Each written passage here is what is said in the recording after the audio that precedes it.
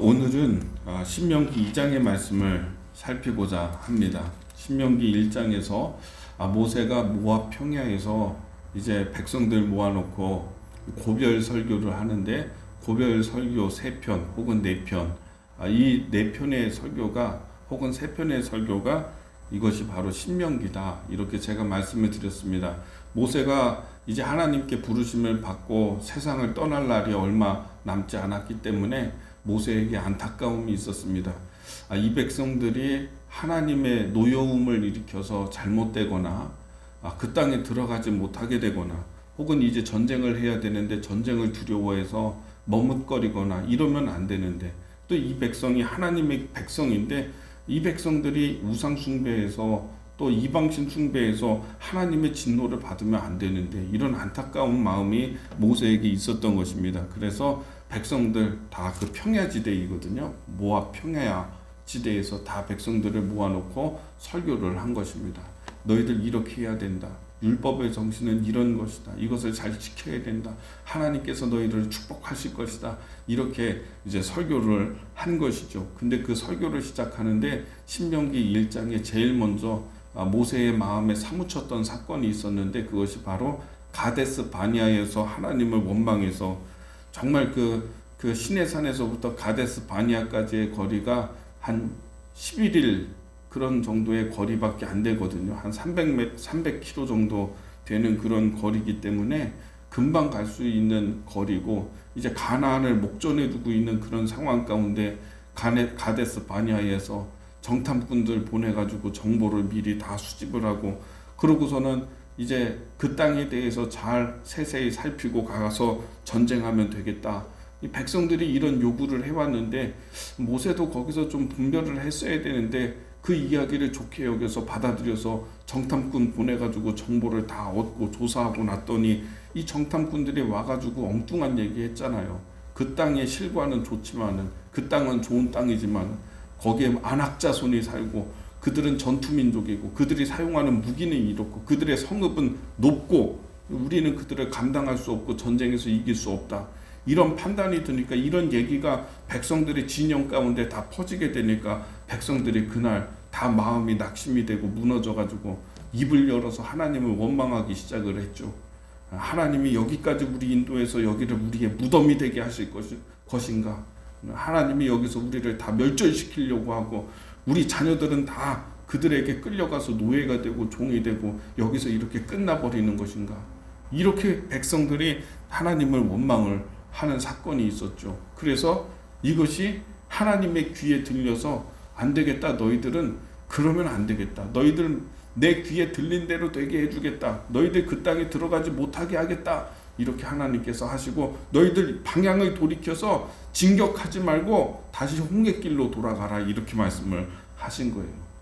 하나님이 이렇게 야단치시니까 갑자기 백성들이 두려운 마음이 또 드니까, 우리가 잘못했구나 후회하면서, 그러면서 어떻게 합니까? 아닙니다. 하나님, 우리가 싸우겠습니다. 우리 정신 차리고 열심히 싸우겠습니다 하고 나아갔다가 아모리 사람들에게 패해서 쫓겨서 이제 결국은 홍해길로 하나님 말씀대로 돌아가게 되는, 그리고 40년 동안의 광야 생활을 하게 되는 그런 일들이 있었다라고 어제 말씀을 드렸습니다.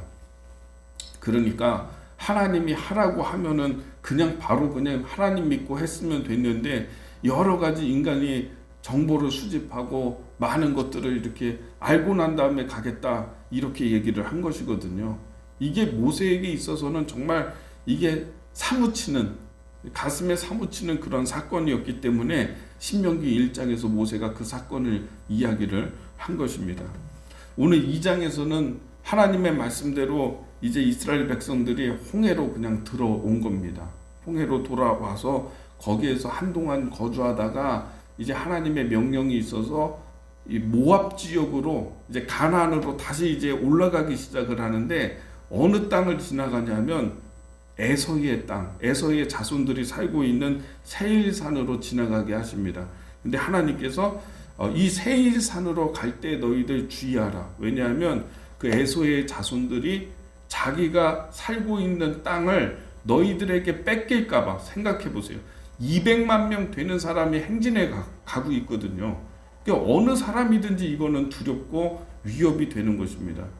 에서의 자손들은 세일산에서 다 조용히 거주 잘 살고 있었는데 갑자기 200만 명 되는 그 유대인 히브리 사람들이 막 행진해 오니까 저들이 우리의 땅을 공격하면 어떻게 하나 두려운 마음을 갖고 있는 것이죠. 근데 하나님께서 이스라엘 자손에게, 모세에게 너희들 절대로 세일산을 지나갈 때에 그들을 공격하거나 그들의 것을 약탈하거나 해를 가하면 안 된다. 왜냐하면 그 세일산은 내가 에서에게, 너희의 조상 야곱의 형제 에서에게 준 땅이다. 내가 기업으로 준 땅이기 때문에 그들을 괴롭히면 안 된다. 이렇게 하나님께서 경고하고 계시는 것입니다. 그리고 오늘 9절까지 제가 읽었는데요. 9절에는 또 모압이라고 하는 지역이 있어요. 이 모압 땅을 향해서 갈 때에도 너희들 주의하라. 모압은 너희의 그 아브라함의 조카 롯, 그의 자녀 모압에게 내가 준 땅이기 때문에 너희의 혈족을 괴롭히지 말라. 이렇게 하나님께서 말씀을 하고 계십니다. 한번 성경을 읽어보겠습니다. 5절의 말씀에 그들과 다투지 말라. 그들의 땅은 한 발자국도 너희에게 주지 아니하리니 이는 내가 세일산의 에서에게 기업으로 주었음이라. 이렇게 말씀하고 계시죠. 9절의 말씀도 보면 여호와께서 내게 이르시되 모압을 괴롭히지 말라. 그와 싸우지도 말라. 그 땅을 내게 기업으로 주지 아니하리니 이는 내가 롯 자손에게 아르를 기업으로 주었음이라. 이렇게 말씀하십니다. 기업을 주시는 분은 누구냐? 하나님이세요. 여러분에게 기업을 주시는 분은 누구냐? 오늘 성경 말씀에 따르면은 하나님이시에요. 내가 너에게 그 기업으로 누구에게 주었다. 그러니까 그거는 건드리지 마라. 자, 우리가 1장에서 보면은 하나님이 뭐라고 말씀하셨냐면 저 아모리 사람들의 땅을 향해서 진격해 가라. 주저하지 마라. 전쟁을 벌여라. 근데 이스라엘 백성들은 전쟁을 하는 게 좀 두려우니까 우리 알아보고 갑시다. 이렇게 했잖아요. 그렇죠? 근데 이 하나님이 어떤 사람들에 대해서는, 어떤 족속에 대해서는 멸절시켜라. 전쟁하라. 전쟁을 두려워하지 말라. 이렇게 말씀하시고 오늘 모압이나 세일산의 에서 땅, 그 땅에 대해서는 전쟁하면 안 된다. 절대로 공격하면 안 된다. 그 너희의 형제다. 이렇게 말씀하세요. 그래서 하나님의 전쟁은 뭐냐면 해야 될 때가 있고 하지 말아야 될 때가 있다라고 하는 것입니다. 이스라엘은 충분히 이 세일산 사람들의 에서의 자손들과 싸워서 이길 수 있는 충분한 힘이 있습니다. 이스라엘은 그리고 모압 사람들과 전쟁에서 그들을 치고 멸할 수 있는 충분한 힘이 있습니다. 전투력이 있습니다. 그러나 하나님께서 하시는 말씀 하지 말라는 것입니다. 오늘 말씀에서 주는 교훈은 뭐냐면 성숙과 절제가 있어야 된다라고 하는 거죠. 성숙과 절제. 여러분 오늘 말씀 너무 중요한데 힘의 논리에 따른다면 전쟁의 논리, 이 세상의 논리로 하면은 세일산 그리고 모압 땅 다 점령하면서 가는 게 맞는 거예요. 그래서 그들의 것을 약탈하고 그리고 그들에게는 물이 있잖아요. 세일산에 물이 있는데 그것들 다 빼앗고 그래서 이스라엘 사람들이 마시고 이렇게 하면서 진행해야죠. 행진해야죠. 근데 하나님께서 하지 말라. 그들에게 물을 사 먹어라. 그들에게 음식을 사가지고 먹어라. 이렇게 얘기하시는 것이죠. 힘의 논리에 따라서 사는 게 아니라 믿음의 사람은 약속의 논리에 따라서 사는 거예요. 하나님이 하라고 하면 하는 거고 하지 말라고 하는 일은 안 할 수 있는 게 성도의 힘인 것입니다. 근데 우리가 보면 어떻게 하냐면 힘이 있으면 진짜 내가 내 마음대로 다 하려고 하거든요. 제가 교회에서도 보면은 힘이 있는 사람들은요 마음대로 하려고 해요. 그래서 말하는 것도 거침이 없어요. 성경의 원리, 약속의 원리는 뭐냐면 내가 돈이 많아도 내가 뭐 어떤 재능이 많거나 돈이 많거나 에너지가 많거나 어떤 기회가 많거나 할 때에 약속의 사람들은 뭐냐면 약속의 논리에 따라서 그것을 사용하는 거예요. 오늘 말씀해 보세요. 너희에게 충분한 전투력이 있고 힘이 있지만은 그들의 것을 해하지 말라. 이렇게 말하잖아요. 하나님 말씀하시잖아요. 왜냐하면 그들에게 나의 약속이 있었다. 너희에게 나의 약속이 있는 것처럼 그들에게도 나의 약속이 있었다. 그래서 힘이 우리 믿음의 사람들, 우리의 돈과 힘과 이런 능력이 있어도 그것을 약속의 논리에 따라서 사용할 수 있는 것이 오늘 말씀을 통해서 깨닫는 지혜인 것입니다. 그래서 이 말씀대로 절대로 이스라엘 백성들이 순종합니다. 그냥 지나가고요. 양식을 사 먹고요. 그들에게. 그렇게 해서 하나님의 말씀대로 이렇게 지나갔습니다. 참 이게 멋있는 모습이에요. 이런 모습이 있어야 돼요. 우리에게 절제가 있어야 돼요. 또 여기서 한 가지 주시는 교훈이 뭐냐면 절제라고 하는 것입니다. 내가 힘이 있다고 해서 지나가면서 나에게 필요한 대로 다 싸우고 전쟁하면 이스라엘 사람들의 전투력과 에너지가 낭비돼요. 이게 다 소진됩니다.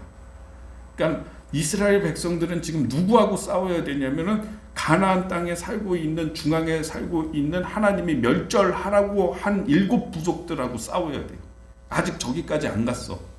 안 갔는데 벌써부터 에서의 자손과 싸우고 모압 사람들과 싸우다가 보면 에너지가 낭비가 되고 사람이 죽고요. 이렇게 되는 거예요.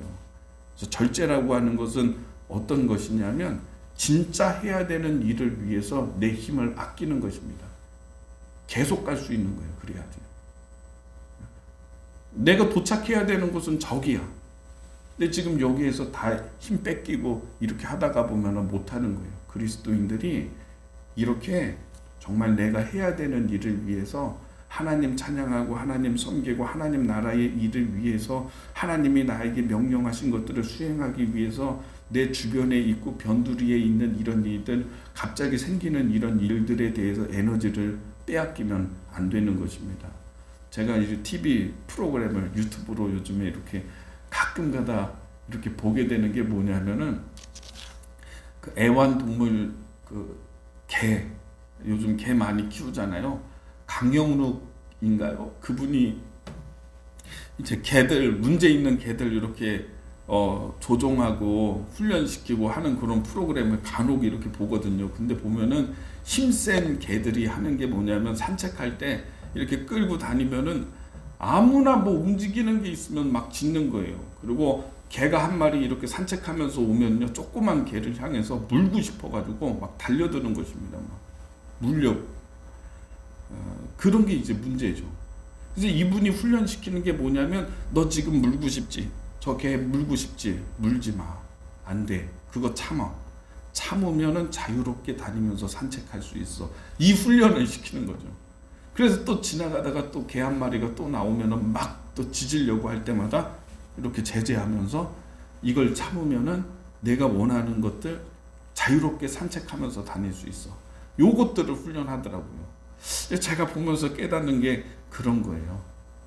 여러 가지 주변의 일들이 생기지만은 진짜 내가 가야 할 곳이 있다고 한다면, 하나님이 나에게 맡기신 진짜 내가 해야 되는 일들이 있다고 한다면은 에너지 뺏기지 말고 그것을 향해서 가야지.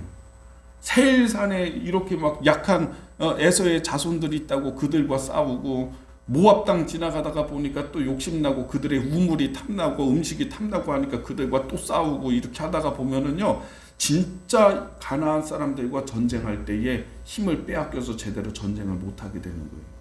진짜 해야 되는 일을 위해서 힘을 아끼는 것, 저장하는 것, 싸우지 않는 것, 다투지 않는 것, 이게 절제인 것입니다.